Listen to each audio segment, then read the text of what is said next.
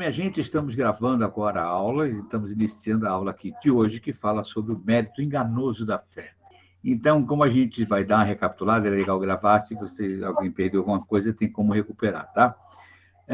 Hoje nós vamos falar sobre o mérito enganoso da fé e vocês já vão entender por que a aula tem esse título. É a última parte do último tema que eu diria que é a última curva antes da gente entrar na reta final. É como, para quem conhece Fórmula 1 ou outro tipo de corrida qualquer, é quando a gente faz a curva para olhar para a linha de chegada. E nós, nesse momento, estamos fazendo a curva que nos leva à reta final. A fé é uma espécie de entendimento que vai nos permitir olhar para a reta final do nosso curso para a gente entender de uma vez por todas e concluir os principais temas a partir do prisma e do entendimento da fé.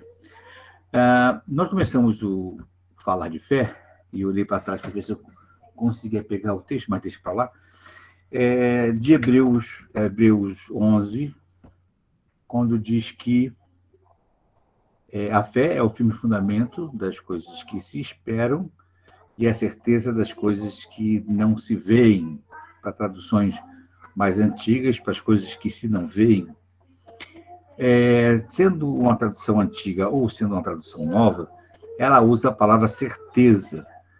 E eu dizia para vocês, no primeira aula ainda, que essa tradução, ela, embora esteja corretíssima, não tem nada de errado nessa tradução, o que com o tempo foi mudando é o sentido da palavra certeza para a gente.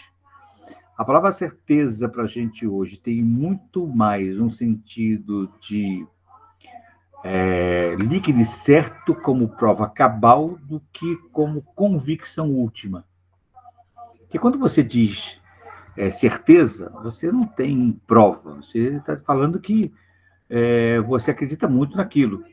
Por exemplo, se o cara pergunta assim, fulano, você acha que tua esposa é fiel? Aí o camarada fala assim, você tem certeza? O cara diz, tem certeza. Certeza, ele não está com ela 24 horas, no Big Brother filmando ela o tempo todo, mas ele diz, tem certeza porque ele tem convicção perfeita sobre aquilo. E isso é certeza. Certeza é exatamente isso, uma convicção última que não me importa efetivamente a verdade, muito mais me importa aquilo que eu creio, como que eu tenho convicção. Só que no nosso português, a palavra certeza ela evoluiu para uma certeza, uma questão de prova. Tanto é que você encontra em muitos lugares, muitos textos, muitos vídeos, tem até canal de YouTube que bota, por exemplo, assim, a prova de que Deus existe, por exemplo, né? A prova de que aconteceu isso, aquilo, que é tudo uma bobagem, porque a certeza não vem da prova, a certeza vem da convicção. Tanto que a palavra fé, dentro de um dos textos bíblicos, ela vem com o radical da palavra hipótese, que é uma possibilidade tão grande que você acredita nela até o final. É uma possibilidade última, uma convicção que te arrasta para fazer tudo aquilo que você convictamente acha e tem certeza que é aquilo, mas não é uma prova. Por que não é uma prova? Porque se fosse uma prova cabal, daquelas que, em vez de ser uma crença e uma convicção última, fosse uma constatação, deixa de ser fé. Prestem atenção nisso, que isso é muito importante. Quando alguém chega para você e fala assim, quanto é 2 mais 2, Simone? Aí a Simone diz assim, 2 mais 2 é igual a 4. Ela tem fé de que 2 mais 2 é igual a 4, ou ela tem a prova substancial e uma constatação de que 2 mais 2 são igual a 4? É uma constatação, não é fé. Por quê? Se a gente for somar, né? Tá aqui, tem 2 dedos de um lado, 2 dedos de outro. 1, 2, 3, 4. Está constatado. Eu não tenho que crer nisto. Eu não preciso crer nisto. Por que eu não preciso crer nisso? Porque está diante de mim. É por isso que, inclusive, Paulo diz, quando nós morrermos, a fé acaba. Mas por que ele diz que a fé acaba quando eu morrer? Porque a partir daí não há mais fé. Há uma constatação. Eu vou chegar em algum lugar, estarei em alguma circunstância em que não haverá mais qualquer sombra ou possibilidade de dúvida. Não haverá mais a necessidade da fé, porque eu estarei face a face, frente a frente. Aquilo que eu antecipadamente acreditava tornar-se-á aquilo que é inquestionável. Por exemplo, se eu não tivesse visto ainda a Denise com esse cabelo roxo, ela poderia ter dito para mim assim por telefone: Jansen, você não sabe da maior. Me deu uma louca, pintei meu cabelo de roxo. Aí eu iria pensar, né, imaginar como estaria a Denise de cabelo roxo. Como eu conheço a Denise há algum tempo, se ela está dizendo para mim que ela está com cabelo roxo, eu acredito nela e penso, com certeza, eu digo, ela pintou cabelo de roxo. Mas eu vi o cabelo do roxo dela, até agora não tinha visto. Mas eu tinha convicção de que ela pintou cabelo de roxo, porque eu conheço Denise, sei que ela gosta de sair do quadrado, ela está sempre fora da caixinha, e pintar o cabelo de roxo, para mim, é a coisa mais normal. Ela poderia ter dito que pintou de abóbora, de verde, de amarelo, que botou piercing na sobrancelha, na ponta do nariz. Qualquer coisa que saia do quadrado e Denise me disse, eu acredito, é parte do perfil de personalidade dela, então eu acredito. Mas enquanto eu não vir, é apenas uma convicção, uma certeza, com base naquilo que ela está me dizendo. A partir do momento que ela ligou a câmera e eu estou vendo o cabelo dela roxo, aquilo que antes era uma crença minha, eu acreditava no que ela dizia, a partir de agora não tem mais crença. Estou vendo o cabelo. E se alguém perguntar para mim assim, você acredita que a Denise pintou o cabelo de roxo? Eu vou dizer, não, não acredito. Eu já vi. É uma constatação. Mas vejam que quase que eu disse a palavra que eu ia dizer. Eu tenho certeza. Por que eu ia dizer? Quase que eu disse, eu tenho certeza que está. Porque, para mim, a palavra certeza está ligada à constatação.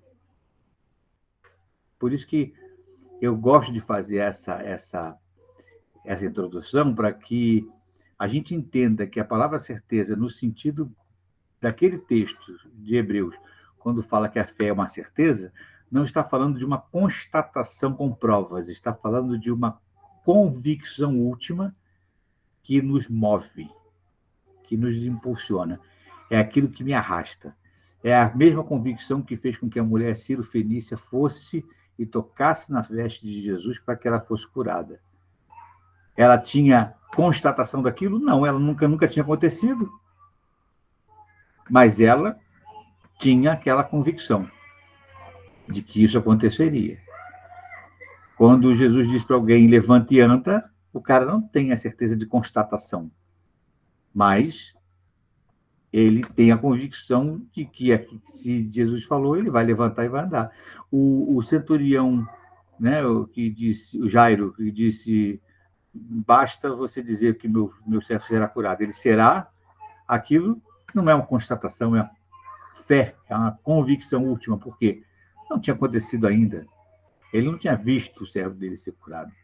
Quando ele volta para casa e dizem que sai alguém correndo na direção dele e diz, o seu servo está curado. Ele só pergunta, a que horas isso aconteceu? Aí o cara diz, há tantas horas. Aí ele entende que foi no momento em que ele falou com Jesus. Aí ele constatou. A partir daí não é mais fé. Até ele falar com Jesus, até ele dizer que Jesus dissesse do lugar que estava, ele voltar para casa e até chegar em casa, até então ele está com fé. No momento que ele entra em casa e o servo está curado, a fé acabou. Levanta e anda, levantei, andei, a fé acabou. Toquei na veste, a hemorragia acabou, acabou a fé. Porque a partir de agora não existe mais convicção última, existe uma constatação, estou curada. Estou curada. Então, quando passamos a ver, a fé acabou. Depois da morte, a fé acaba. Porque até haver o encontro com Deus após a morte, eu tenho fé. Até antes disso, digo. Depois que isso acontece, a fé acaba e eu tenho uma constatação de tudo aquilo que eu criei acabou de se materializar ou de se realizar diante dos meus olhos. E eu não tenho mais fé. Então é importante a gente entender isso. Fé é a convicção última. Fé se prova? Não. Mas o texto diz que é prova. Não, prova no sentido de que é aquilo que me impulsiona de forma última, com uma convicção que eu não tenho dúvida. Não tenho dúvida. Eu não tenho a menor dúvida de que isso acontecerá. Alguém poderia dizer para mim assim, pô, a Denise falou que pintou o cabelo de roxo, mas você tem certeza disso? Aí eu falo assim, tenho certeza. Mas você já viu? Não. Mas eu conheço a Denise. Eu sei que ela pintou o cabelo de roxo. Mas por que você tem tanta certeza? Porque ela falou. E se ela não tiver pintado? Não tem a menor sombra de possibilidade de ela não ter pintado. Porque ela falou que já pintou. Ela não disse que vai pintar. E se ela disser que vai pintar, a menos que aconteça alguma coisa que a impeça, ela pintará. Vocês estão entendendo qual é a diferença? E a gente precisa ter isso muito claro. Porque o dia que alguém disser assim, vou te provar que Deus existe, fuja dessa circunstância. Não queiram essa prova. Porque além de não existir essa prova, ela seria o fim da fé. Seria o fim da fé. Por que você tem fé em Deus?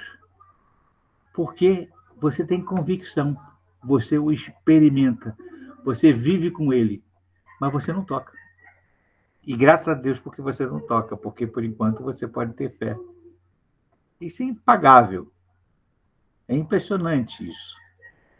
Enquanto você não pode constatar, a fé é o que te move. E sem fé é impossível agradar a Deus. Aquilo que não é por fé, diz em outro texto bíblico, é pecado. A gente precisa da fé para nos movimentar. A fé é impulsionadora. A fé faz a diferença da nossa vida. Muito bem. Acontece que, ainda que eu esteja falando, aí vamos entrar agora na questão, ainda que eu esteja falando desta importância da fé como uma convicção última que nos move, tem muita gente que diz assim, ditados populares, né? Ah, olha, gente, é importante que a gente tenha fé em alguma coisa, porque é muito importante ter fé. E aí tem até gente que diz que sem fé é impossível agradar a Deus. E por conta disso, inclusive, olha o bonitinho ali. E por conta desse texto, diz que a fé é a coisa mais importante da vida da gente. Mas isso é um erro. Isso é um equívoco. Porque a fé é importante, mas ela não tem importância em si mesma. Prestem muita atenção nisso, que isso é muito importante. A fé não é meritória. Tem gente que se coloca como que se eu tiver muita fé, eu conquisto as coisas porque a fé é quem me dá isso, e a fé é quem me dá aquilo. Isso é uma bobagem, porque a fé não é meritória. A fé não faz as coisas acontecerem, não é a fé que faz as coisas acontecerem. É em quem eu tenho fé que faz a diferença. O que dá mérito à fé não é a fé em si mesma, mas o objeto da minha fé. Tem gente que diz assim, se a pessoa tiver muita fé que algo vai acontecer, ou que em algo que ela queira muito, ela consegue, né, aquilo acontece, ela conquista. Bobagem. Não é a fé que me faz ter, mas é em quem eu tenho fé.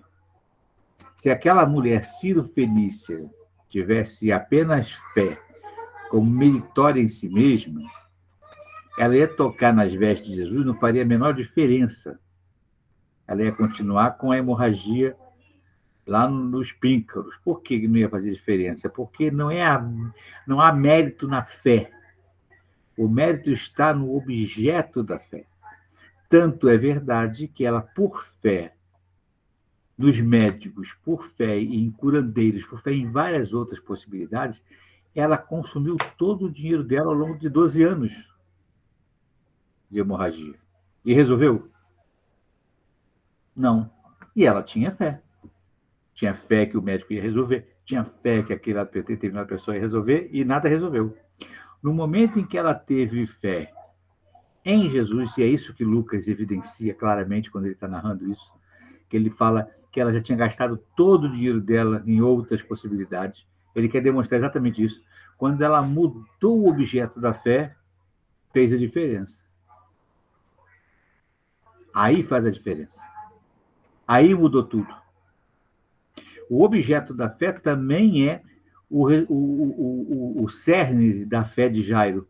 Porque quando Jairo diz, não precisa ir lá na minha casa, eu não sou digno que você pise na minha casa, mas eu também sou o homem dado à autoridade, ele está dizendo o seguinte, eu sei quem você é. É em quem ele tem fé que faz a diferença. Ele não falaria isso para um rabino qualquer. E ele conhecia as pessoas da sinagoga.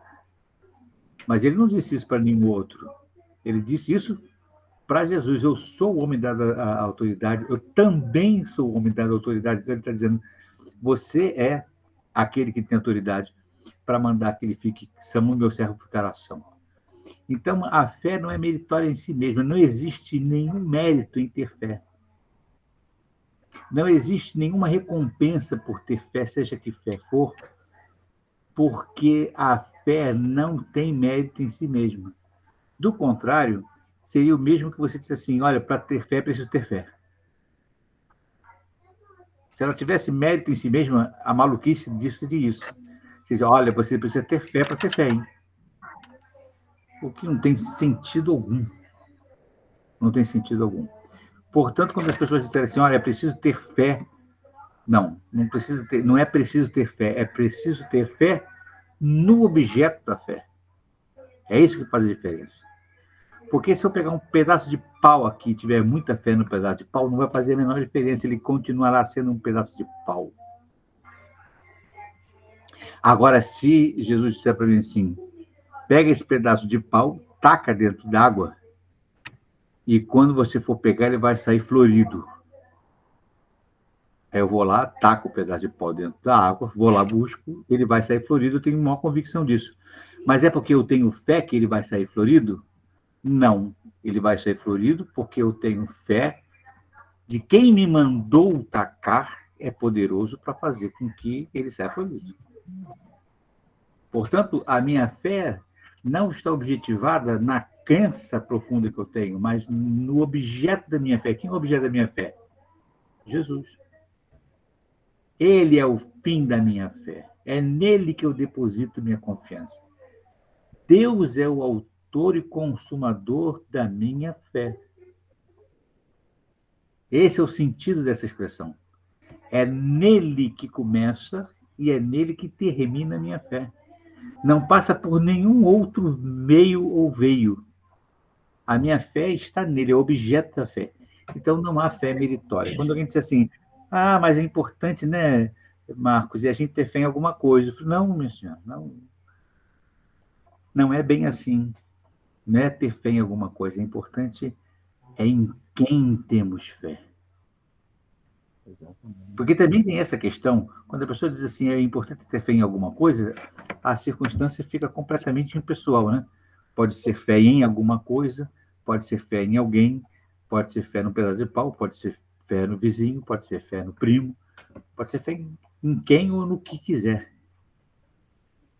Atualmente, né, tá chique, tá moderno, tá em voga dizer assim, o universo conspira a nosso favor se eu disser a palavra tal, que é uma bobagem, né, monstra. Tem gente que diz, se eu disser muitas vezes que eu quero aquilo, o universo plasma isso e conspira a favor do que eu tenho. Se eu pensar que eu disser que eu vou ter um Rolls Royce, o universo me presenteia com isso. Isso é uma bobagem, né? É aquilo que o Bibo, inclusive, de conta, fala muito isso, que é a teologia da Xuxa, né? Tudo que eu quiser, o cara lá de cima vai me dar. É uma coisa mais imbecil que existe na face da Terra, porque imagina-se, acredita-se que o meu otimismo, a minha minha mente, né? A minha positividade vai fazer aquilo acontecer.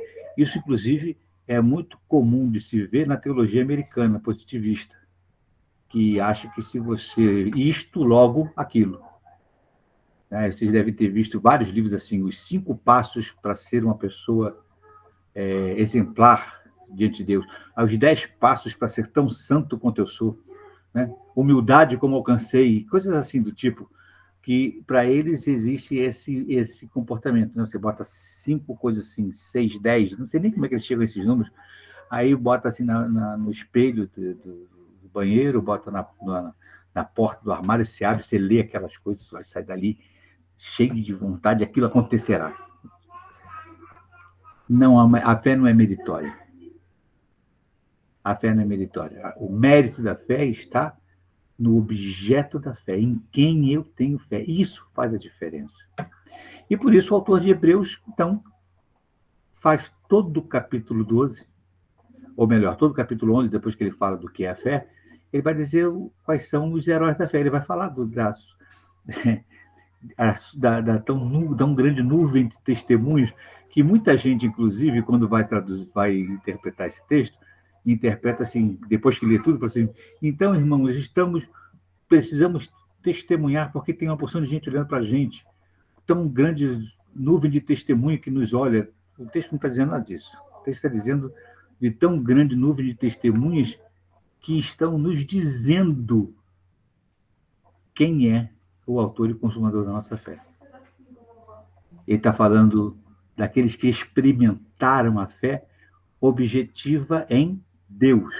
Abraão, Isaac, Jacó, José, Moisés, ele vem dizendo todos eles. Porque ele vai colocando um a um, passo a passo, todos eles, informando quem é o autor e o consumador da nossa fé. Portanto, a fé não é meritória em si mesma. A fé só tem mérito no objeto da fé. Em quem é que eu tenho fé? Aí sim eu levanto e ando. Aí sim eu volto para casa sabendo que ele vai dar ordem e meu servo será curado. Aí sim eu vou tocar nas vestes e eu serei sarada do fluxo de sangue. E aí sim todas as coisas acontecerão. E uma das provas fantásticas de que a fé não é o que opera o milagre é o caso da mulher de Naim, na cidade de Naim. Aquela viúva, ela já era viúva e vinha chorando, e aquela mulher chorava a sua tristeza, não só pelo filho, porque, lógico, perdeu o filho, estava chorando, mas ela ainda tinha uma situação, ela não voltaria. Aquela mulher não ia voltar para casa. Aquela mulher ficaria fora da cidade. Ela ia enterrar o filho fora e ali mesmo ela ia ficar. Porque, como viúva, o filho era o seu resgatador, era o filho que era o seu mantenedor, era o filho que a mantinha. Com a morte do filho, aquela mulher não teria mais quem a mantivesse. Então, ela não poderia entrar de volta no arraial, na cidade, porque ela não poderia ser peso para ninguém. Ela estava fadada a uma vida marginal, ficar dependendo daquilo que caísse do transporte dos produtores, dos comerciantes e coisa parecida. Aquela mulher não sabia nada quem era Jesus, se soubesse, ouviu falar, não estava com cabeça para isso. Ela só chorava. E que diz o texto? Que ela pediu para Jesus ressuscitar o filho dela? Não. Diz o texto que Jesus se compungiu por ela. Se tocou, né? Sentiu misericórdia dela. Teve compaixão por ela. Foi em sua direção e olha o que o texto diz. E Jesus ressuscitou o filho e o restituiu àquela mãe. Quem é o agente recebedor do milagre? É o cara que ressuscita? Não. É aquela mãe de quem Jesus teve compaixão. Aquela mulher teve fé? Nenhuma, porque ela foi tomada de susto. Ela estava chorando. Ela não pediu nada. Mas o milagre não aconteceu? Aconteceu. A fé fez alguma diferença? Não. Nem a fé, nem a falta dela. Porque naquele momento nada tinha acontecido. Mas em socorro dela, Jesus agiu. Ou seja, nem fé, nem a falta dela vai fazer diferença quando Deus tiver que agir. Num outro momento também, um homem pede pela sua filha e Jesus pergunta: tens fé que ela pode ser curada? O que aquele homem responde? Senhor, ajuda a minha fé. Ajuda a minha fé. Sabe o que ele respondeu de verdade? Eu não sei. Eu não sei. Eu estou sentindo dor. Eu estou morrendo de medo de perder minha filha. Eu não sei o que pensar. Ajuda a minha fé. Ajuda a minha fé. Por que eu estou falando tudo isso, gente? E por que é importante a gente tocar nesses assuntos? Porque tem uma porção de pessoas jogando o fardo pesado da fé nos ombros de diversas pessoas. Você aparece com um problema na sua vida, você vai e apresenta esse problema para alguém que você considera seu líder espiritual, seu líder religioso, seu líder espiritual, sei lá, o líder que você achar que deve, um guru qualquer, você apresenta o problema, e a primeira coisa que o miserável diz: meu irmão, você precisa ter fé.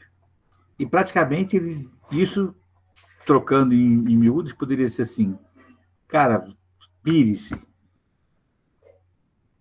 vá embora com o teu problema, dá teu jeito. Você precisa ter fé. E aí você volta uns 3, 4 meses depois, 5 semanas, 2, 3 anos depois, o cara pergunta: e aí, aquele problema que você tinha aí, resolveu? Não, infelizmente não resolveu, não sei o quê. Meu irmão, minha irmã, você está precisando orar mais. Você está precisando ter mais fé. E aí, diante de uma condição impossível na sua cabeça de se alcançar, porque você não consegue se perceber capaz de ter tamanha fé, o que você faz diante da sua dificuldade, você desiste. Ou diz assim para si mesmo: eu não tenho fé para isto. Eu não tenho fé para isso. Enquanto isso ainda está ligado àquilo que você pretende, àquilo que você precisa, ou aquilo que te incomoda, ou aquilo que você precisa de resgate, eu posso garantir a você que ainda está bom, se o problema for só esse. Porque é uma coisa que não faz grande diferença. Sabe quando é que isso começa a ficar ainda mais perigoso e até satanicamente prejudicial a você? É quando você começa a achar que essa fé meritória é a fé que te faz ser ou não salvo. E aí você começa a pensar assim: será que eu tenho fé em Jesus o bastante para ser salvo? E aí algum pilantra diz assim para você: meu irmão, precisa tomar cuidado, porque pela graça sois salvos, mediante a fé. E isto, diz ele, a fé não vem de vós, é dom de Deus. Se você não tiver fé, você não é salvo. Olha a confusão que o cara faz na tua cabeça. E aí você começa a pensar: será que eu tenho fé o bastante para que Jesus me salve? Será que Jesus vai me pegar sem fé? Olha que coisa perigosa. E aí aquela fé que antes era apenas meio, era o caminho da graça, passa a ser o objeto da graça, a própria fé. E olha como é que diz o texto: pela graça sois salvos. Retira a questão da fé, para você entender. Vamos pular esse aposto, porque mediante a fé é um aposto. Para quem conhece interpretação de texto, quem conhece pontuação e tal, pela graça sois salvos. Mediante a fé é um aposto. E aí você diz assim: Pela graça sois salvos. E isso não vem de vós, é dom de Deus. Não vem dos homens para que ninguém se glorie. Está tudo entendido. Onde é que a fé entrou nessa história? Na relação da salvação nenhuma. Pela graça sois salvos, e isso não vem de vós, é dom de Deus. Não vem dos homens para que ninguém se glorie. Quando Paulo diz mediante a fé, é que pela fé você entende que a graça de Deus opera em Cristo. Mas é apenas um caminho, um binóculo.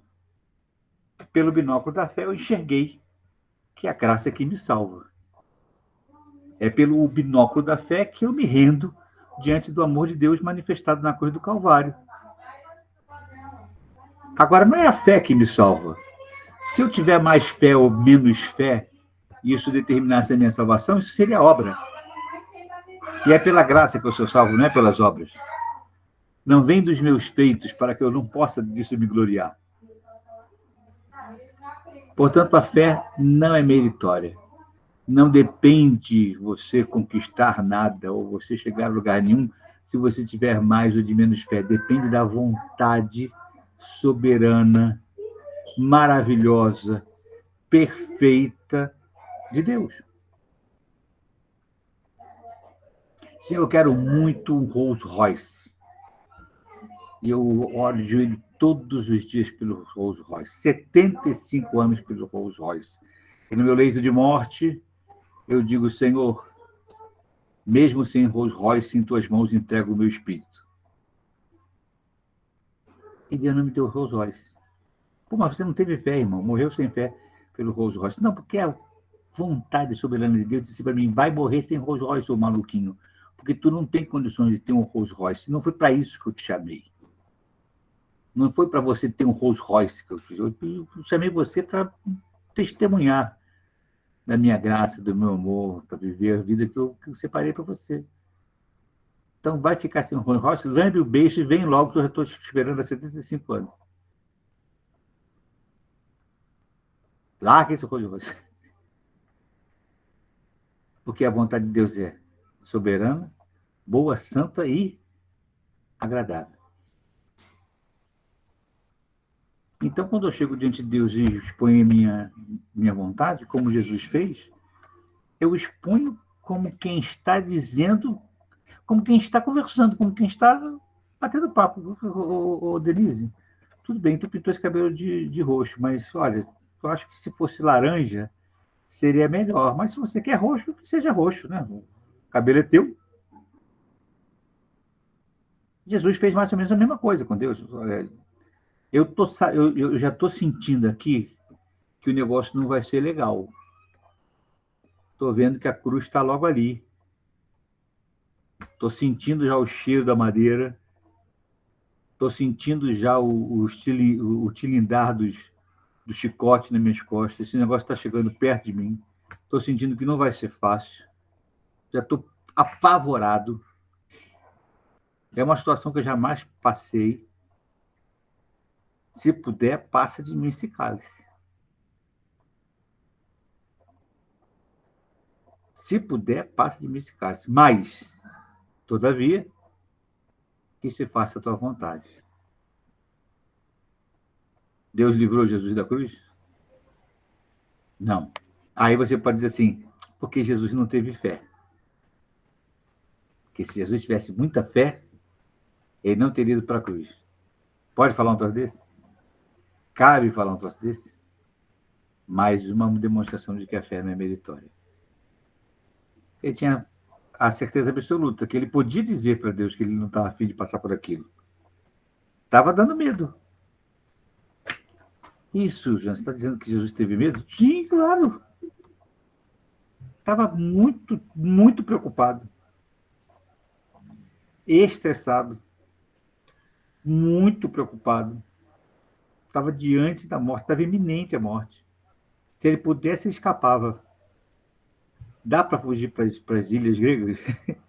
Dá para eu subir e ir lá para a Sibéria? Dá para pegar um cruzeiro da CVC e ir para as Antilhas e para o Caribe? Eu quero fugir disso.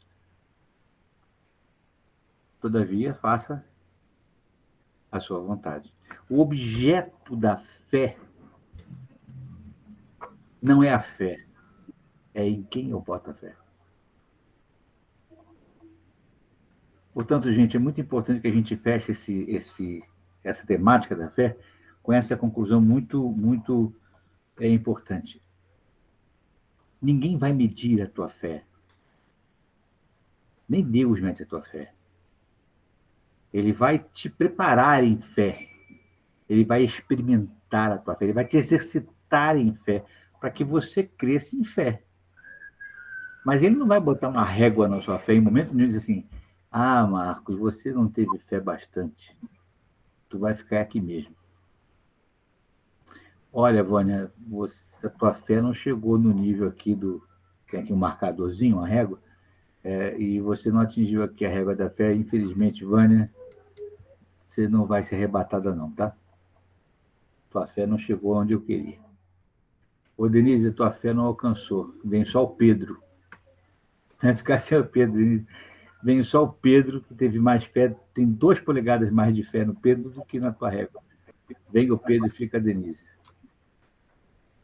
Não é isso. Olha, para a Denise eu vou dar o que ela pediu, mas para o Marcos eu não vou dar não, porque a Denise tem mais fé que o Marcos. Esqueçam isso, abandonem isso, pelo amor de Deus, para o resto da vida de vocês. Não estamos numa gincana com Deus. Não estamos numa gincana com Deus. Não existe uma gincana. Uma coisa é a gente brincar de desembainhar a espada 1, 2, 3. É uma brincadeirinha que a gente faz na igreja, na EBD, quando a gente é jovenzinho, adolescente, junior, tem muito isso. Isso é uma brincadeira. Quem corre mais, não é gincana. Quem ganhou a medalha de ouro, quem nada mais rápido, tudo isso é válido, mas não é gincana.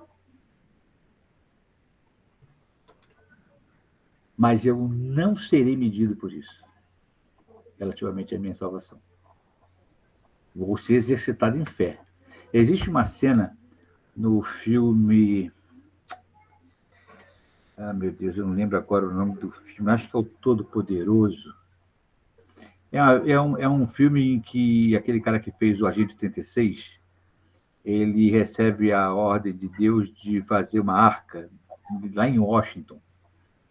E ele começa a fazer lá no National Mall uma arca, é uma coisa assim, do outro mundo. E a arca, ele está lá fazendo e tal, a mulher dele já não aguenta mais, ele está sendo ridicularizado, é uma coisa mais ou menos desse tipo. E aquela mulher chega num lugar, num bar, onde o Morgan Freeman, que faz o papel de Deus, está atendendo no balcão. Você já viu esse filme? E aí ela diz assim, ele diz para ela assim: por que você está tão tensa? Estou vendo que você está muito preocupado com alguma coisa. Aí ela falou assim: é porque eu tenho pedido uma porção de coisa a Deus e Deus não tem me atendido. Ele por exemplo, o que é? Eu quero que aconteça isso, que eu quero que aconteça aquilo, mas não acontece e tal. Eu queria ter fé, sabia? Eu queria ter mais fé. Aí ele falou assim: legal, é uma vontade boa de você ter, é um desejo muito legítimo que você queira ter fé.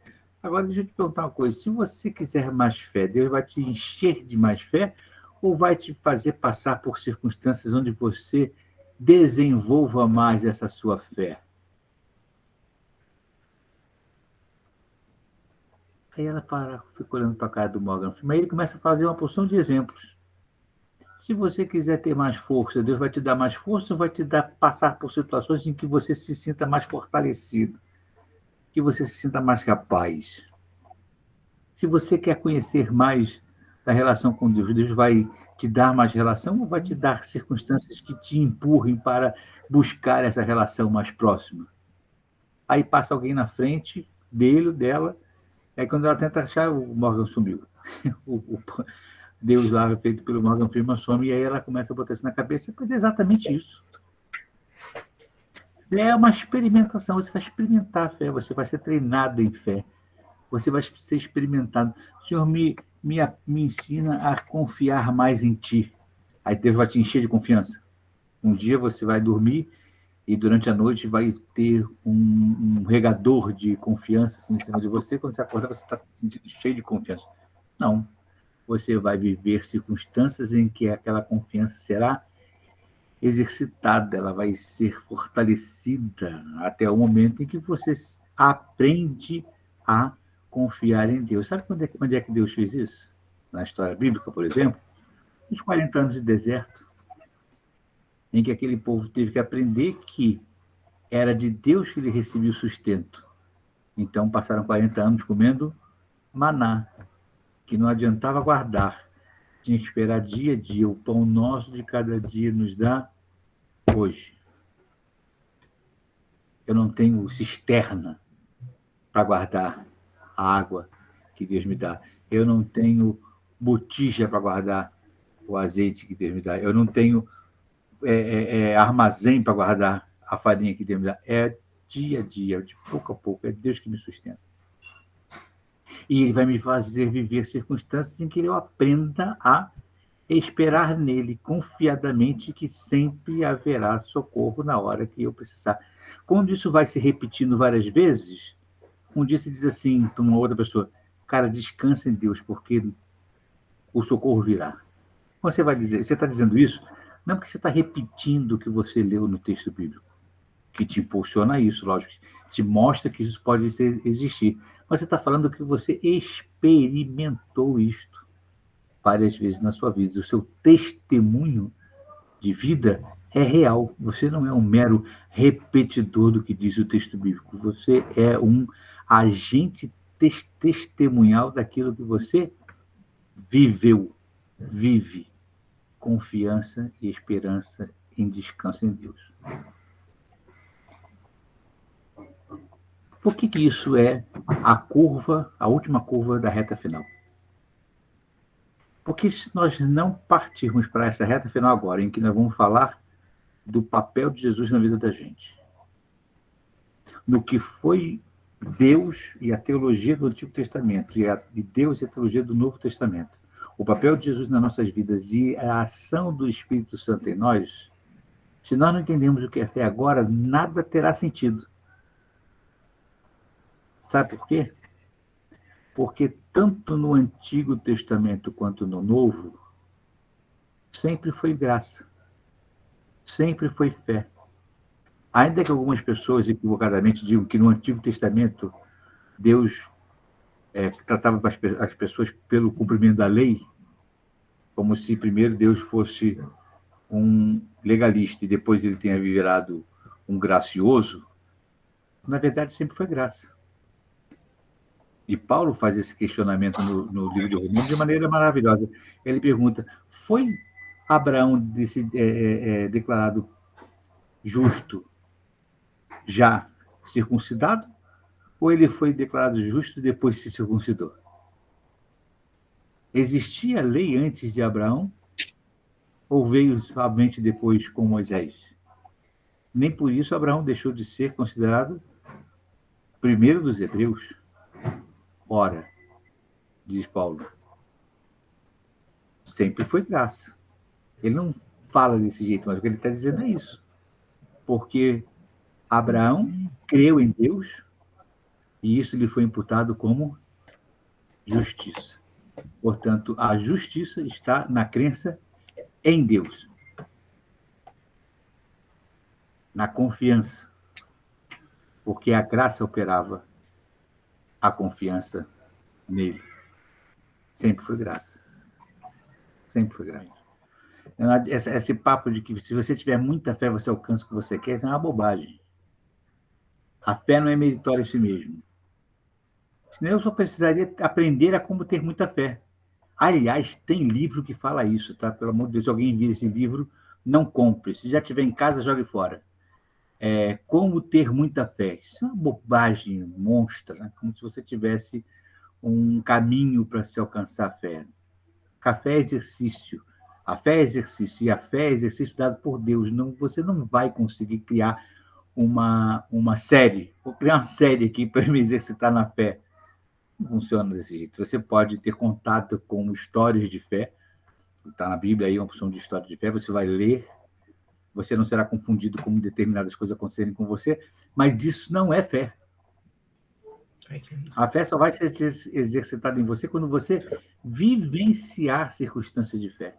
Você pode ler a fé de José, pode ler a fé de Abraão, você pode ler todas as fés que existem no texto bíblico, mas não vai fazer você ter fé, porque a fé vai existir em você por exercício que Deus lhe faz passar. É a relação com Deus que vai te exercitar em fé.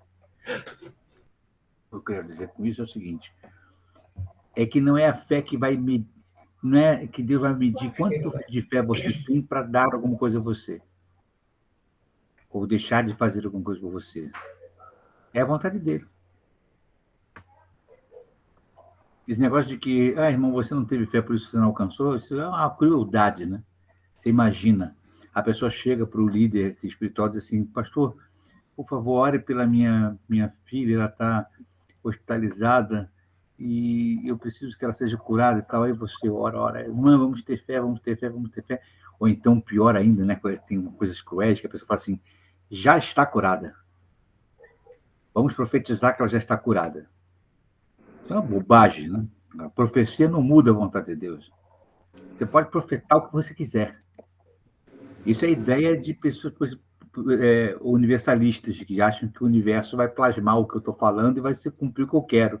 Como se eu tivesse uma palavra mágica, né? Porque isso está mais para Harry Potter do que para a ação do Espírito Santo, né? Ô, Jansen, você não perguntou, mas eu quero falar. Eu ia chegar Que aula necessária! Essa aula é muito necessária, essa aula é urgente. Eu, como uma boa pentecostal, queria dar glória a Deus e aleluia o tempo todo na aula. De tão boa, porque ainda mais nesse período de Covid, você ouve tanta barbaridade, e aí, nesse final de semana, aconteceu uma coisa que estavam falando justamente dessa forma, que você tem que ter fé, você tem que ter fé. E aí uma irmã nova convertida falou assim, mas o meu irmão tinha fé, por que que meu irmão morreu?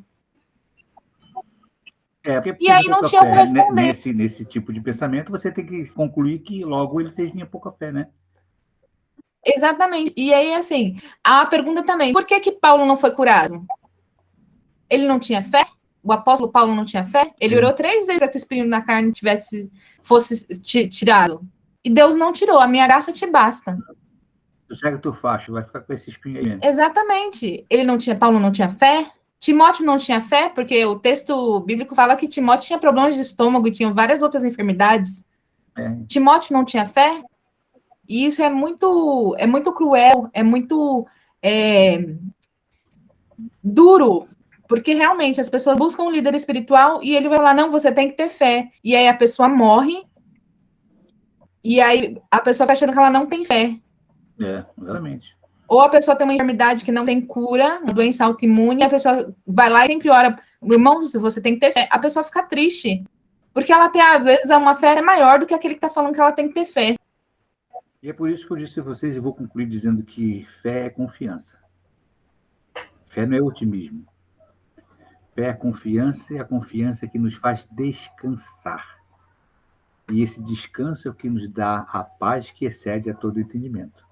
Quando eu tenho fé em Deus, não é que eu tenha otimismo muito grande, entendam isso, né? Não é otimismo muito grande, não é uma força de vontade muito grande, a minha cabeça é positiva, nada disso. Quando a minha fé está em Deus, eu sei que Deus é em quem eu confio, logo eu posso descansar. E quando descanso, eu tenho a paz que excede a todo entendimento. Pode cair 1000 à minha direita, pode cair 10.000 à minha esquerda, e eu não serei atingido. Ah, porque você está blindado? Não. É porque eu sei que a vontade de Deus é inquebrantável, é irresistível. Se Deus quiser que eu seja atingido, eu posso estar atrás de uma montanha, eu seria atingido. E se Deus não quiser, eu posso estar no meio do fogo, eu não seria atingido. E por conta de confiar na poderosa e soberana vontade de Deus, eu tenho a paz que excede a todo entendimento. O mundo está arrebentando, eu estou tranquilo. Por isso que quando as pessoas começam, por isso que eu vou falar sobre escatologia aí, eu falei, botei vocês no grupo hoje, né? Que eu vou fazer uma aula separada sobre profecia e escatologia. Porque quando eu vejo essas pessoas apavoradas né, e dizendo que o que está acontecendo no mundo, que a esquerda está fazendo isso e aquilo, e que os homens estão virando mulheres, as mulheres estão virando homens, e não sei o que está acontecendo, é o fim do mundo. Gente, a gente não precisa se assustar com o fim do mundo. A gente não precisa se assustar com nada. Eu confio em Deus. Eu posso descansar. Eu posso ter paz. Quando eu vejo o crente alarmista, eu fico louco. Porque o que nós estamos vivendo? Paulo diz que aqueles que acreditam em Deus apenas para essa vida são os mais miseráveis dos homens. Por quê? Estão achando que o mundo acaba aqui, que a vida é para isso.